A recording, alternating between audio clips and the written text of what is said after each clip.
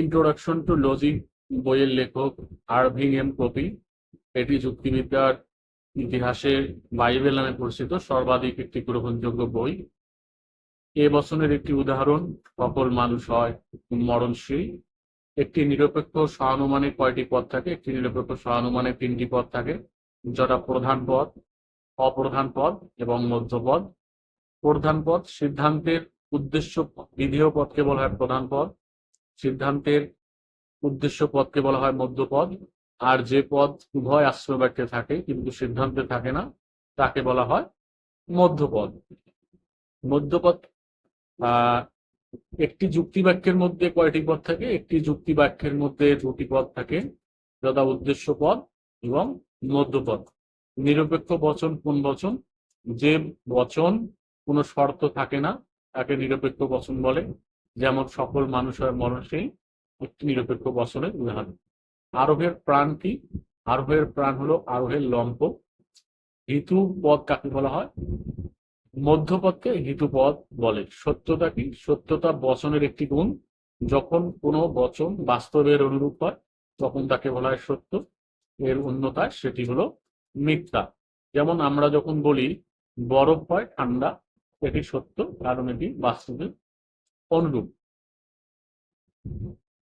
ব্যক্তর্থ কি? পদের পরিমাণগত দিককেই বলা হয় ব্যক্তর্থ। ফ্যালেসি শব্দের অর্থ কি? ফ্যালেসি শব্দের অর্থ হলো অনুপপত্তি। বৈজ্ঞানিক আরোহক কাকে বলে? প্রকৃতির নিয়ম অনুবর্তিতার নীতি ও কার্যকর নিয়মের উপর নির্ভর করে কয়েকটি বিশেষ দৃষ্টান্তের বাস্তব অভিজ্ঞতার সাহায্যে একটি সঠিক সার্বিক সংশ্লেষক যুক্তিবাক্য স্থাপন করাকে বলা হয় বৈজ্ঞানিক আরোহক। কপির পুরো নাম কি? কপির পুরো নাম আরভিং মার্মার কপি। পদ কি? যে শব্দ বা শব্দ সমষ্টি কোনো যুক্তি বাক্যের উদ্দেশ্য বা বিধেয় হিসেবে ব্যবহৃত হয় বা হবার যোগ্যতা রাখে বা হবার উপযুক্ত তাকে বলা হয় পদ। এরিস্টটলের যুক্তিবিদ্যার জনককে? যুক্তিবিদ্যার জনক হচ্ছে এরিস্টটল। সত্যতা ও বৈধতা কিসের ক্ষেত্রে প্রযোজ্য? সত্যতা বচনের ক্ষেত্রে প্রযোজ্য আর বৈধতা যুক্তির ক্ষেত্রে প্রযোজ্য। একটি যুক্তি বাক্যের কয়টি অংশ থাকে? একটি যুক্তি বাক্যের 3টি অংশ থাকে, যথা উদ্দেশ্য, সংযোজক ও বিধেয়। পরীক্ষণমূলক পদ্ধতি কি? আরোহের যথার্থ সঠিক সিদ্ধান্ত প্রতিষ্ঠার উদ্দেশ্যে কার্যকারণ সম্বন্ধ আবিষ্কার ও প্রমাণের জন্য যে পদ্ধতি ব্যবহার করা হয় তাকে পরীক্ষণাত্মক পদ্ধতি বলে। আরোহের পূর্বাভাস কি?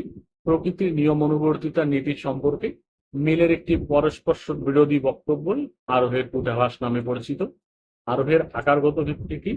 আরোহের আকারগত ভিত্তি হচ্ছে প্রকৃতির নিয়ম অনুবর্তিতা নীতি এবং কার্যকারণ নিয়ম। ইন্ট্রোডাকশন টু লজিক বইয়ের লেখককে আরভিং এম কপি। ভাষার নির্দেশকমূলক কাজ কি? ভাষার নির্দেশকমূলক কাজ হচ্ছে আদেশ ও অনুরোধের মাধ্যমে পরিচালিত কাজ। কোন ধরনের বাক্যকে বচন বলা হয়?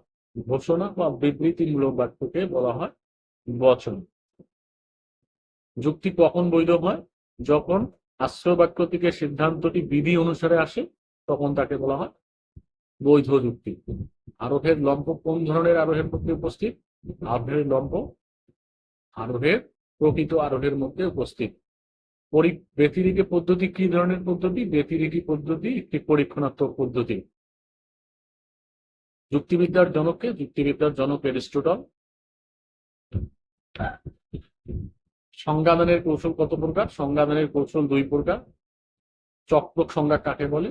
যখন সংজ্ঞা দেওয়া হয় তখন যে পদের সংজ্ঞা হয় সেই শব্দের যদি প্রতিশব্দ বা সমার্থক শব্দ ব্যবহার করে যখন সংজ্ঞা দেওয়া হয় তখন যে অনুপপত্তির উদয় ঘটে তাকে বলা হয় চক্রক অনুপপত্তি।